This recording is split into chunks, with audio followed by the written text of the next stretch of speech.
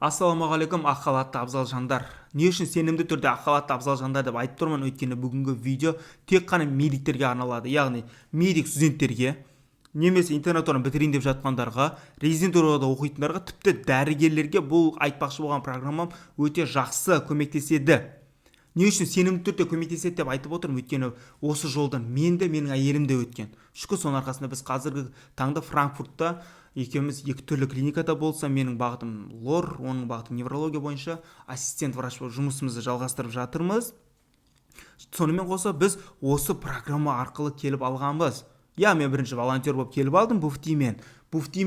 Қазір айтпақшы болған программаның айырмашылығы ол волонтерский программа. Барлығына жалпы ол аусбилдинг бастайтындарға да, Германияда медсестра болып келемін дейтіндерге де, тілімді күшейтемін дейтін болса, жай ғана опыт алып кетемін дейтіндерге, қызығы үшін келетіндерге де, Германияда қалып кетудің заңды түрін істейтіндердің барлығына қатысты болса, бүгінгі айтпақшы болған программа тек қана медиктерге қатысты.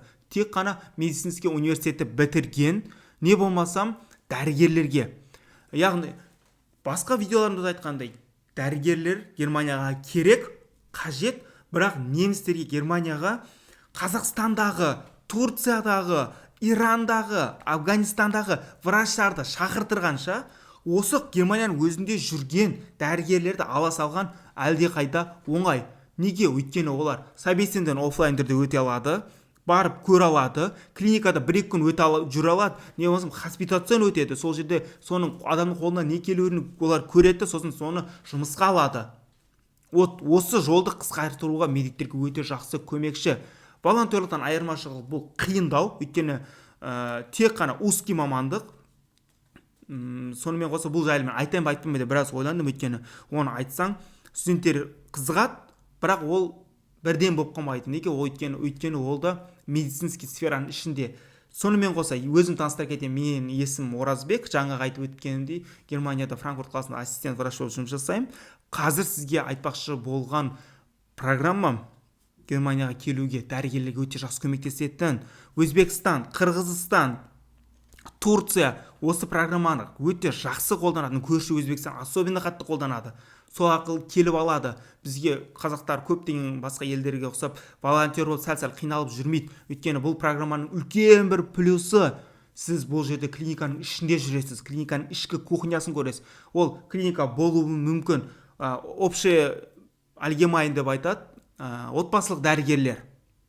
Соның қасында жүресіз, дәрігерлермен сөйлесесіз, пациенттермен сөйлесесіз, назначениесін көресіз. Сол клиниканың ішіндегі істеліну керек болған жұмыстарды істеп, немісше вариантына үйреніп бастайсыздар. Сонымен қоса сіздерге Ташкентке, яғни карманы деньги емес, сіздерге уже шынайы жалақы беріледі. Жалақы басталынады 2,5 мың евродан. Қазіргі уақытта 2700 евродан басталынады. Қолыңызға, егер сіз отбасылы болатын болсаңыз, нетто тұрғысынан 2200-2000 евро аласыз. Миллион теңгеден асады. Ол сіздің клиник квартираңызды төлеуге де, егер жалғыз өзіңіз болатын болсаңыз, квартирада проблема болмайды. Бір комнатаны снимать етіп тұра бересіз. Ата-анаңызға жіберуге де, өзіңізге де, оқуыңызға, курсыңызға төлеуге де былай айтқанда жетеді. Естілуі мүмкін, вау, көрінуі мүмкін, вау, круто, но оның да өзінің бір минустар бар, оған чуть позже тоқталып кетеміз, хорошо? Сосын бұл программа арқылы келетін болсаңыз, тек қана allgemein медицинада емес, общий медицинада емес, сіз хирургия саласында істейсіз, урология саласында, травматология саласында, лор саласында, неврология бағыты бойынша, пластика бағыты бойынша, офтальмология, көп адамдар кардиология бағыттары бойынша арналған специальный клиникалар бар. Частный клиникалар бұл жерде өте қатты дамыған. Соның ішіне кіріп сіз поликлиникалық деңгейде деп айтайын, сонда сіздерге более түсінікті болады. Не болмаса, егер тіл деңгейіңіз жақсы болып, коммуникацияңыз зор болатын болса, больницалардың ішінде МФА болып істеуге болады. Программаның аты МФА, медицинше фах ангештельте, яғни дәрігердің көмекшісі болады. Осы арқылы мен буфтиден кейін, волонтерліктен кейін осы программаға ауысып алдым. Осы программа арқылы мен әйелімді ешқандай қиыншылықсыз шақыртырып ала алдым. Бір плюс үлкен бір құдай бергені осы болды, өйткені ақтоқтының визасы 2-ақ күнде шықты. Бірақ осы 2-ақ күндік шығу үшін мен Қазақстанға міне медицинше фах ангештельте болып жұмыс істеуге болады. Міне осындай мүмкіндік бар. Германияда документациясында ешқандай мойындату, дипломды мойындатусыз волонтердан ауысып алып, не болмаса медицинскийді бітірген студенттер жұмыс істей алады деген қағазды документтерді жүргізіп жүгіртіп Астананың посольствосын түсіндірдім. Олармен бірге мен бір ай күнде барып келіп олармен бірге жұмыс істедім тікелей. Яғни олар да білген жоқ медицинші фахангерштерден келуге болатынын. Олар менен сұрады диплом подтверждение басқа, айттым ондай іс керек емес. Өйткені сондай список бар, дипломды мойындату керек емес. Списоктардың ішінде осы медицинші фахангерштер де бар. Сөйтсем олар айтады, бұл дәрігерлік процедура ғой дейді. Дәрігерлік жұмыс қой мынау десе. Иә, заң осындай деп тұрмыз. 2022 жылда шыққан заң бар, соны мен барып көрсетіп, Анабиндегі университеттің бар екендігін доказат етіп, түсіндіріп, сап істеп, сосын оларды түсініп, визамды соған мен ауыстырып алдым. Сол клиникаға келіп мен жұмыс бастадым, медицина фахангерштерде болып. И ол жердегілер мен дәрігер екендігімді білді, и олар маған өзінің дәрігерлік жолын көрсетіп, Цузаге берді. Сонымен қоса, қазір Құдайға шүкір Гессен қаласында ассистент болып, сол клиникада жұмыс жасап жатырмын. Ақтауда бірінші сол клиникаға барды МФ болып, қазір ол да ассистент Эрцтейн болып жұмыс жасап жатыр өздерінің клиникасында. Сіздер ойлауыңыз мүмкін, Германияда айтыр, Кранкенхаус больницаға баруға болмай ма деп. Болады больницаға барсаңыздар да. Оны сіздер ешкім ұстамайды, бірақ больницада біріншіден жұмыс орны аздау, қысқалау, сосын шектелген. Мысалы үшін больница шығуы мүмкін шеткі ауруханалар, мен шеткі ауруханаға кете алмаймын, өйткені бір ауруханадан бірақ жұмыс шығуы мүмкін. И то лордан вряд ли шығады. Біз екеумізді бір жерде, бір қалада хотя бы істеуіміз керек деп, сол үшін Ақтауда екеуміз осы Франкфурт қаласында қазір екеуміз екі клиникада болсам істеп жатырмыз. Бұл жерде енді больницаға орын шығатын болса больницаға ауысамыз, болмасам осы клиникада өзіміздің білімімізді алып, жұмысымызды жасап, өмірімізді сүре береміз. Бұл жерде ешқандай айырмашылығы жоқ. Клиника мен Кранкенхаустың больницаның бір айырмашылығы, біз ночқа қалмаймыз. Біз өйткені частный клиникада жұмыс жасаймын мен. Осы жерде өзінің шеф-арстым бар, врач-шеф деп айтады. Шеф-арст дегені біздегі заведующий отделение или главврач. Сол главврач бар, маған көмектеседі, өзіміздің Ташкенттің кісісі. От үйде барлығын түсіндіреді, мынандай қара, былай істейсің деп әртүрлі врачтармен жүремін, көрдім, үйрендім, әлде үйреніп жатырмын. Кешегінде уже мен былай айтқанда более серьезный операцияларға қатыстым. Жаңа ойлап қалмаңыздар, поликлиникалық деңгейдегідей дейтін болса, поликлиникада бізде хирургтар тек қана обработкамен айналысса, бұл жерде частныйға өте көп мүмкіндіктер беріп тастаған. Почти барлық операция, лордың барлық операцияларын істейді. Тек қана тимпанопластиканы ғана больницада істеуі мүмкін, мұрынмен қатысты, тамақпен қатысты барлығын больницада істейді. Праксисте істейді, частный клиникаларда. Түсінікті ғой. Бұл программаның бір плюсы зор, осы мамандық бойынша келуге болады. Сол арада сіз экзамендерге дайындалып аласыз, жалақы аласыз, отбасыңызға да жетеді. Мысалы үшін 1 жыл істеуіңіз мүмкін, 2 жыл істеуіңіз мүмкін, 3 жыл істеуіңіз мүмкін. Сол арада сіз өзіңіздің дипломыңызды подтвердить етіп алып, мына жерде полноценный апробация деп айтады. Яғни дипломыңызды уже сіз временно емес, полный осы жерде жұмыс істей беруге мүмкіндікті сол программаның жүру уақытында алуыңызға болады. Бұл өте үлкен плюстары. Ал минустарына келетін болсақ, мұны табу өте қиын. Сәл қиындау деп айтайын. Неге? Өйткені дәл сол айтқанымдай Германияда жүрген медперсоналды ала салады бұл жердегілер. Өткен собеседование өткізеді, сондай. Бірақ өзбек ағайындармен мен келісіп жүріп, олармен сөйлесіп, үйреніп, Қазақстандағы студенттерді, медиктерді тіл дәрежесі жетсе, B2 болса, шақыртыруға болатынын, жұмыс тауып беруге болатынын біз өзіміздің консалтинг фирмамызға қостық. Ол үшін жақсы тіл керек, жақсы тіл. B1 сертификат минимум.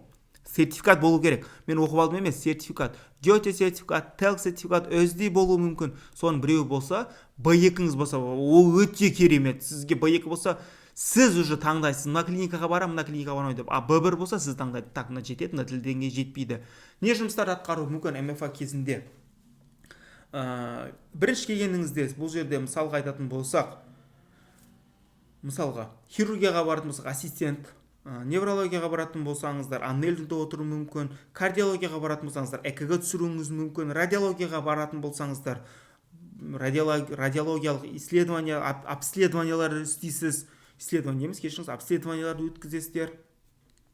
Ал отбасылық дәрігерге баратын болсаңыздар, қан алу, анализдер талқылау, анмелдинг, яғни регистратурада пациенттермен сөйлесу, физиотерапияға баратын болсаңыз, физиотерапиялық Бұл жерде де ол сіздің біліктілігіңізге байланысты. Егер сіз мысалы үшін уролог маманы болып сіз урологиялық клиникаға баратын болсаңыз, ол жерде сіз уже білесіз қандай операциялар істейтінін, білесіз қандай деңгейлерде істелінетінін, сәл ғана айырмашылығын біліп аласыз. Германияға келгеннен кейін соны көріп, сіз сол клиникада уже операцияларға тікелей қатыса бересіз. Мен сияқты.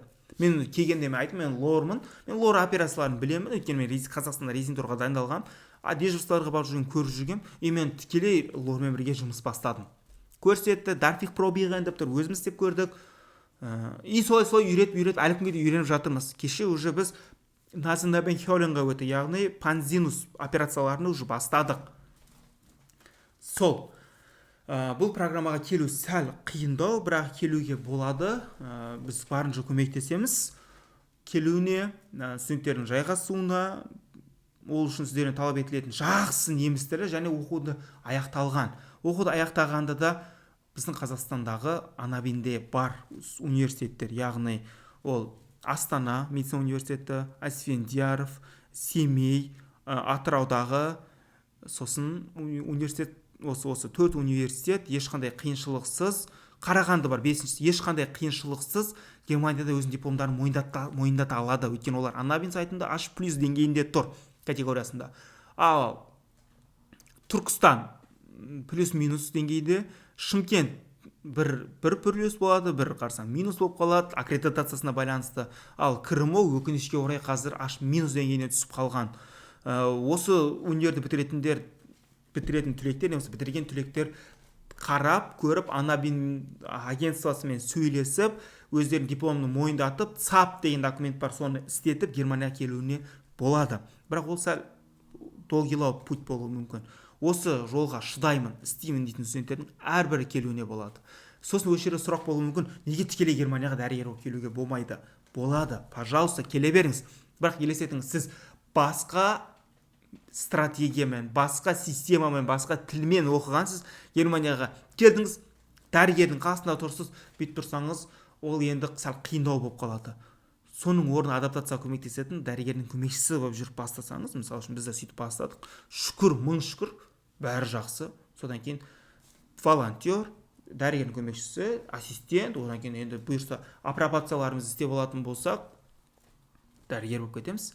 Осы Германияның өзінде бұл ассистент, дәрігер деген не екенін түсіндіріп қой. Ассистент арыс деген бұл сіз дәрігер боласыз, сіз дәрігерсіз. Ассистент деген біздің Қазақстанда ассистент деп қабылдамаңыздар. Бұл жерде ассистент арыс деген деңгей бар. 10 жылдық, 20 жылдық опыты бар врачтар Германияға келетін болса, ассистент арыстан бастайды, барлығы.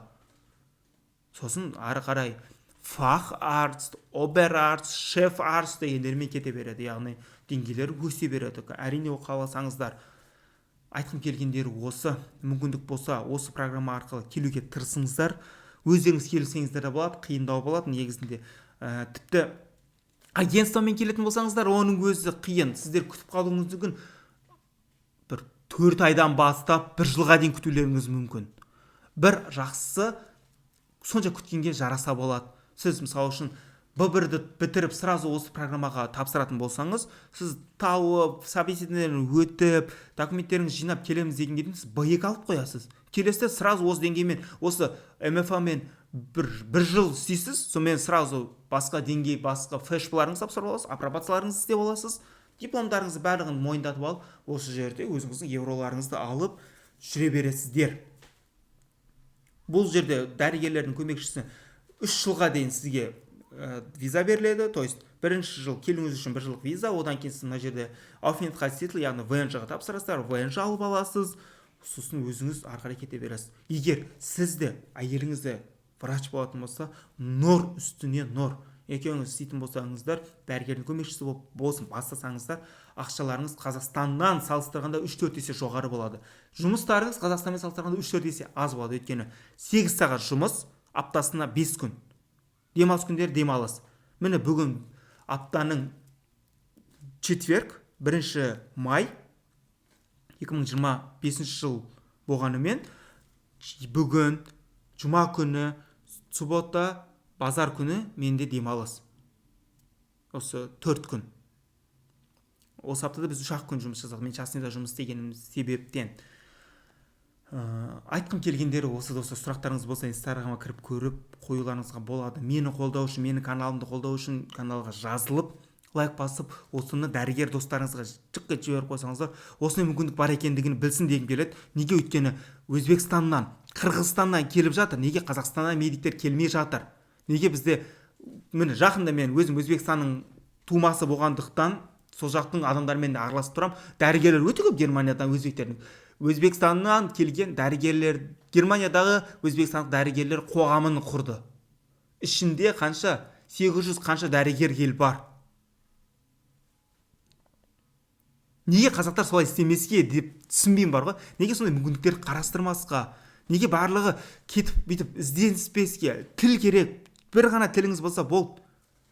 Соны істеңіздер да, тілдеріңіз күшейтіп, осы программа арқылы келіп алыңыздар, дәрігерліктегі жолдарыңыз бастаңыздар. Украиналық дәрігер айтпақшы, бұл жол ұзақ болуы мүмкін, бірақ осыған стоит. Шын айтам, стоит. Неге десеңіз, сіз воп болсаңыз 200 қанша мың теңге жалға қалуыңыз мүмкін. Частныйға узкий мамандық болсаңыздар, сіздер поликлиникада отырсаңыздар 200 қанша мың аласыздар. Ол жалақы жасыру керек емес. Қазақстанның республикасының заңнамасында көрсетілген ғой ол дүниелер. И жұмысы сәл ауырлау, уақытылы кетіп қалсаң, ұрсатынағы уақытылы кетіп қалдың деп. Енді айта берсең, минус десең, минус емес, бұл барын айта беру керек қой. Бұл жер сізді бағалайды, құрметтейді, ой, дәрігер дейді, басын иіп кетеді. Соған жараса, жалақысы жақсы. Жұмысыңыз бітсе, ерте кетесіз, пациент бітсе, мысалы үшін мен кете салам. Бүйтіп қалып, отырып, ойбай деп отпайым, пациент бітті ма, все болды. Айтқым келгені осы достар. Өз мүмкіндіктеріңізді жіберіп алмаңыздар. Жаңа айтқым келген соң, Файрабын деп кетіп қаламыз, болды. Яғни менде уже демалыс уақыты деген сияқты ғой, менің уақытым бітті деп. Дендеріңізге саулық, бастарыңызға амандық тілеймін. Инстаграмға, телеграм каналға тіркеліп қоюды ұмытпаңыздар. Өйткені мен сіздер үшін жұмыс жасап жатырмын.